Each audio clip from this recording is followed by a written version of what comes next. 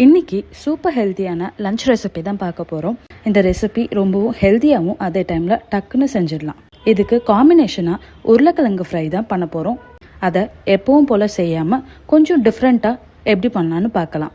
ஒரு குக்கரில் ஒரு கைப்பிடி அளவுக்கு துவரம்பருப்பை க்ளீன் பண்ணி ஆட் பண்ணிக்கோங்க.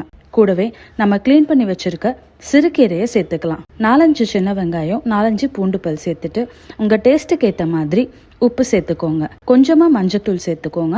அப்புறம் 1/4 டேபிள் ஸ்பூன் அளவுக்கு ஜீரகம், 2 தக்காளி பழத்தை 4 கட் பண்ணி சேர்த்துட்டு 1 டம்ளர் அளவுக்கு தண்ணி சேர்த்துக்கோங்க.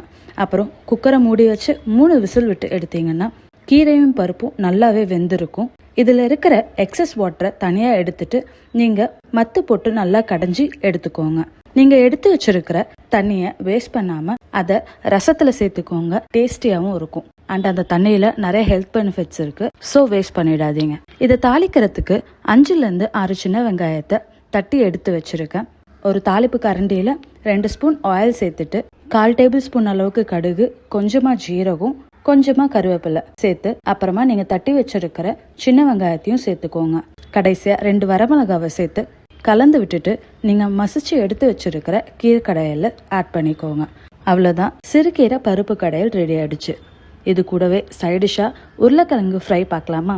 நான் இங்கே 2 உருளைக்கிழங்க நல்லா தின் ஸ்லைஸஸாக கட் பண்ணி எடுத்து வச்சுருக்கேன். இதை செய்கிறதுக்கு ஒரு பிளேட்டில் 1/4 டேபிள் ஸ்பூன் அளவுக்கு மிளகாத்தூள், கொஞ்சமாக மஞ்சத்தூள், 1/4 டேபிள் ஸ்பூன் அளவுக்கு கரம் மசாலா, 1/4 டேபிள் ஸ்பூன் அளவுக்கு ஜீரக மிளகுத்தூள், கொஞ்சமாக உப்பு, 1/4 டேபிள் ஸ்பூன் அளவுக்கு அரிசி மாவு, 1 டேபிள் ஸ்பூன் அளவுக்கு இஞ்சி பூண்டு பேஸ்ட், 1/4 டேபிள் ஸ்பூன் அளவுக்கு தனியாத்தூள் சேர்த்து நல்லா மிக்ஸ் பண்ணிக்கோங்க.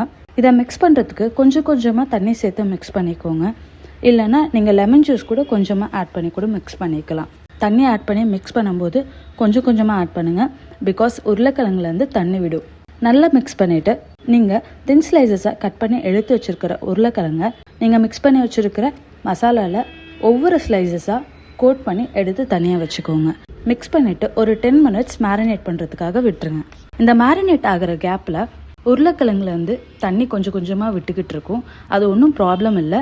நீங்கள் அதை ஃப்ரை பண்ணும்போது ஃபிஷ் ஃப்ரை மாதிரி அந்த தனியாக விடுற மசாலாவை நீங்கள் கோட்டிங்காக யூஸ் பண்ணிக்கலாம். ஒரு பேனில் கொஞ்சமாக ஆயில் சேர்த்துட்டு நீங்கள் ரெடி பண்ணி எடுத்து வச்சுருக்கிற உருளைக்கிழங்க ஒவ்வொரு ஸ்லைசஸாக சேர்த்து ஃப்ரை பண்ண ஸ்டார்ட் பண்ணிக்கோங்க. அண்ட் இதை ஃப்ரை பண்ணுறதுக்கு கொஞ்சமாக ஆயில் சேர்த்துக்கோங்க.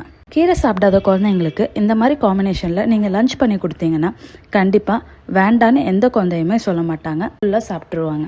ட்ரை பண்ணி பார்த்துட்டு சொல்லுங்கள்.